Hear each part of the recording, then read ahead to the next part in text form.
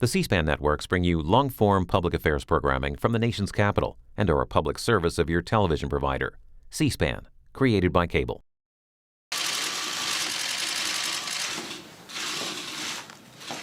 Come on, John.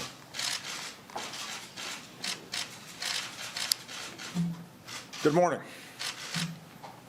Last December, more than 13 years after our nation was attacked by al-Qaeda on 9/11, America's combat mission in Afghanistan came to a responsible end. That milestone was achieved thanks to the courage and the skill of our military, our intelligence, and civilian personnel.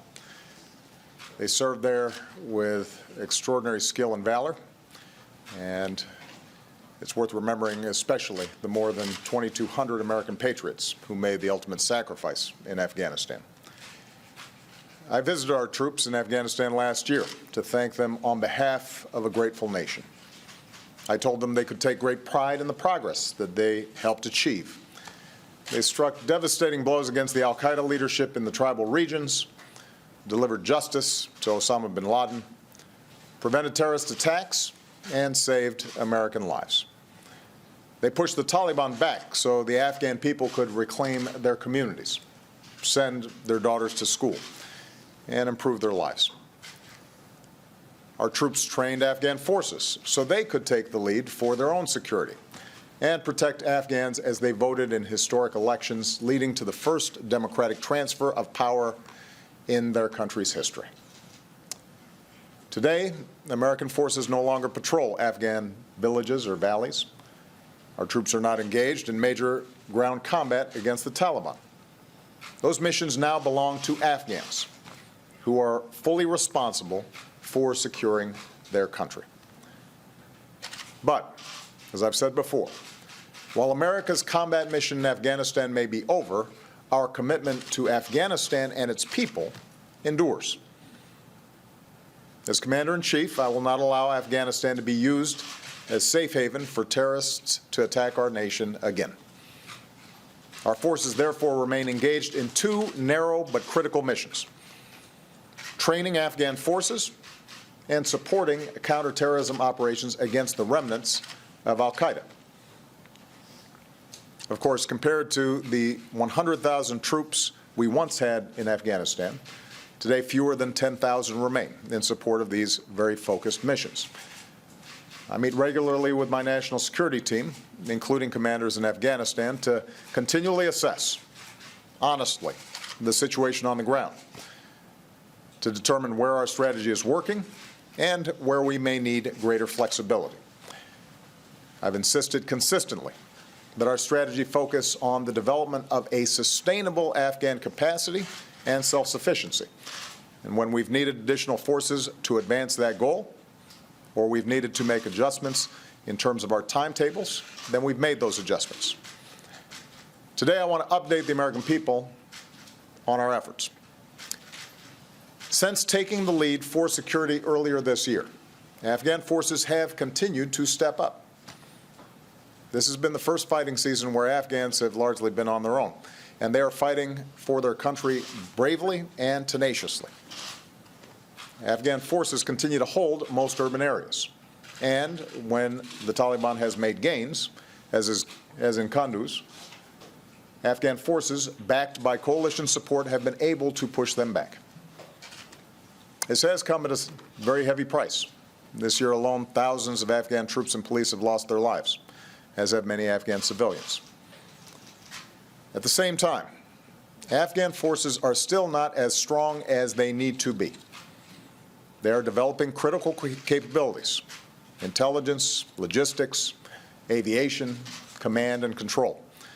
And meanwhile, the Taliban has made gains, particularly in rural areas, and can still launch deadly attacks in cities, including Kabul.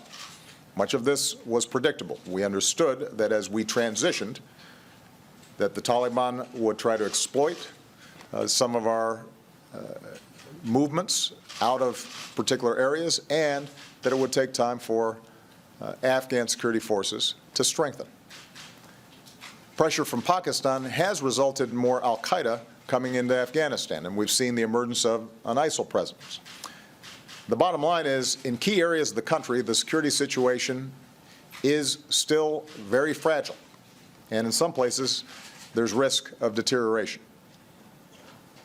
Fortunately, in President Ghani and Chief Executive Abdullah, there is a national unity government that supports a strong partnership with the United States. During their visit earlier this year, President Ghani and I agreed to continue our counterterrorism cooperation, and he has asked for continued support as Afghan forces grow stronger. Following consultations with my entire national security team, as well as our international partners and members of Congress, President Ghani and Chief Executive Abdullah, I'm therefore announcing the following steps, which I am convinced offer the best possibility for lasting progress in Afghanistan. First, I've decided to maintain our current posture of 9,800 troops in Afghanistan through most of next year, 2016. Their mission will not change. Our troops will continue to pursue those two narrow tasks that I outlined earlier, training Afghan forces and going after al-Qaeda. But maintaining our current posture through most of next year, rather than a more rapid drawdown, will allow us to sustain our efforts to train and assist Afghan forces as they grow stronger, not only during this fighting season, but into the next one.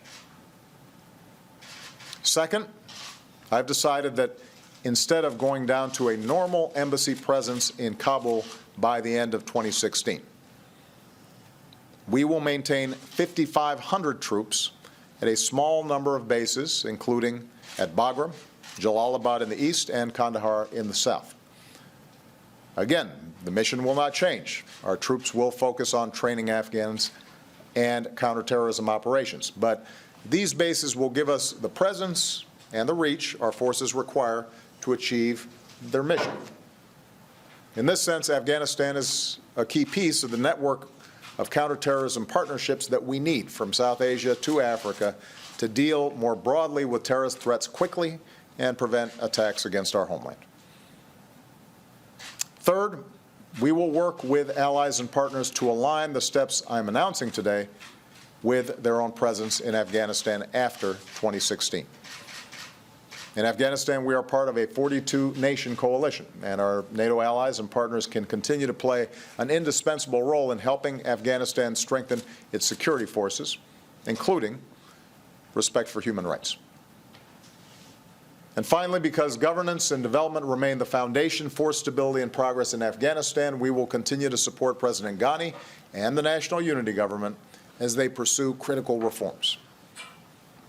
New provincial governors have been appointed, and President Ghani is working to combat corruption, strengthen institutions, and uphold rule of law. As I told President Ghani and Chief Executive Abdullah yesterday, efforts that deliver progress and justice for the Afghan people will continue to have the strong support of the United States. And we cannot separate the importance of governance with the issues of security. The more effective these reforms happen, the better off the security situation is going to be. We also discussed American support of an Afghan-led reconciliation process. By now, it should be clear to the Taliban and all who oppose Afghanistan's progress, the only real way to achieve the full drawdown of U.S. and foreign troops from Afghanistan is through a lasting political settlement with the Afghan government. And likewise, sanctuaries for the Taliban and other terrorists must end. And next week, I'll host Prime Minister Sharif of Pakistan, and I will continue to urge all parties in the region to press the Taliban to return to peace talks and to do their part in pursuit of the peace that Afghans deserve. In closing, I want to speak directly to those whose lives are most directly affected by the decisions I'm announcing today, to the Afghan people who have suffered so much. Americans' commitment to you and to a secure, stable, and unified Afghanistan, that remains firm. Our two nations have forged a strategic partnership for the long term, and as you defend and build your country, Today is a reminder that the United States keeps our commitments. And to our men and women in uniform, I know this means that some of you will rotate back into Afghanistan. With the end of our combat mission, this is not like 2010, when nearly 500 Americans were killed and many more were injured. But still, Afghanistan remains dangerous. 25 brave Americans have given their lives there this year. I do not send you into harm's way lightly. It's the most solemn decision that I make. I know the wages of war and the wounded warriors I visit in the hospital and in the grief of Gold Star families. But as your Commander-in-Chief, I believe this mission is vital to our national security interests in preventing terrorist attacks against our citizens and our nation. And to the American people, I know that many of you have grown weary of this conflict. As you are well aware, I do not support the idea of endless war. And I have repeatedly argued against marching into open-ended military conflicts that do not serve our core security interests. Yet, given what's at stake in Afghanistan and the opportunity for a stable and committed ally that can partner with us in preventing the emergence of future threats, and the fact that we have an international coalition, I am firmly convinced that we should make this extra effort. In the Afghan government, we have a serious partner who wants our help, and the majority of the Afghan people share our goals. We have a bilateral security agreement to guide our cooperation. And every single day, Afghan forces are out there fighting and dying to protect their country. They're not looking for us to do it for them. I'm speaking of the Afghan Army cadet who grew up seeing bombings and attacks on innocent civilians, who said, "Because of this, I took the decision to join the Army to try and save innocent people's lives." Or the police officer training to defuse explosives. "I know it's dangerous work," he says, "but I've always had a dream of wearing the uniform of Afghanistan, serving my people and defending my country." Or the Afghan commando, a hardened veteran of many missions, who said, "If I start telling you the stories of my life, I might start crying." He serves, he said, because the faster we bring peace, the faster we can bring education, and the stronger our unity will grow. Only if these things happen will Afghanistan be able to stand up for itself. My fellow Americans, after so many years of war, Afghanistan will not be a perfect place. It's a poor country that will have to work hard on its development. There will continue to be contested areas. But Afghans like these are standing up for their country.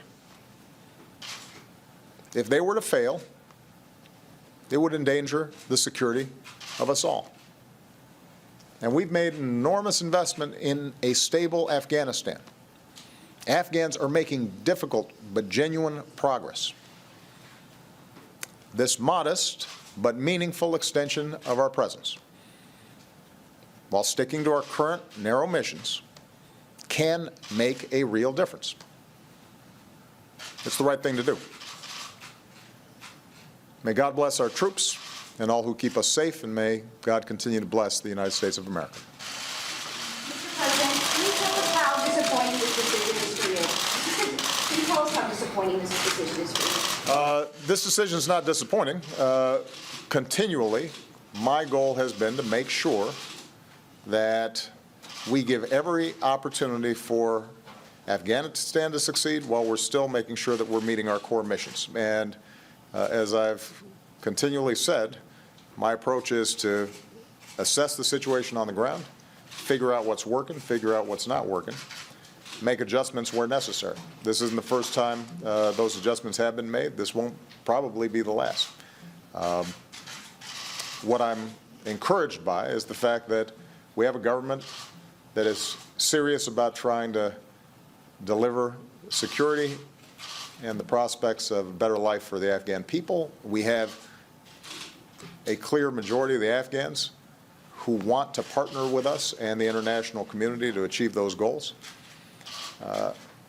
We have a bilateral security arrangement that ensures that our troops can operate in ways that protect them while still achieving their mission.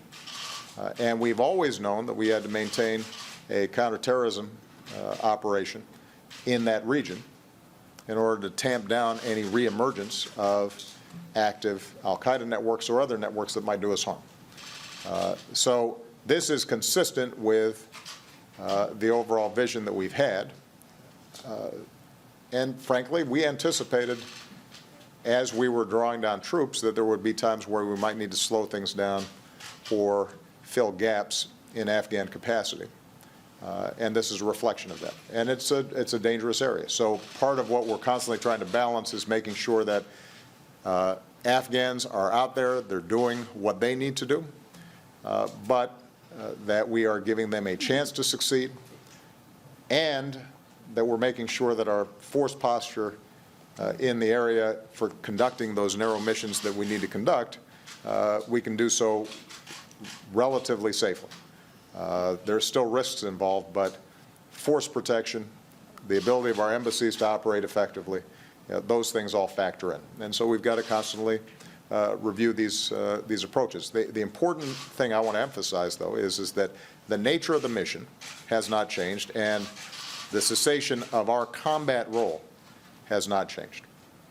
Now, the 25 military and civilians who were killed last year, that always weighs on my mind, and 25 deaths or 25 too many, particularly for the families of the fallen.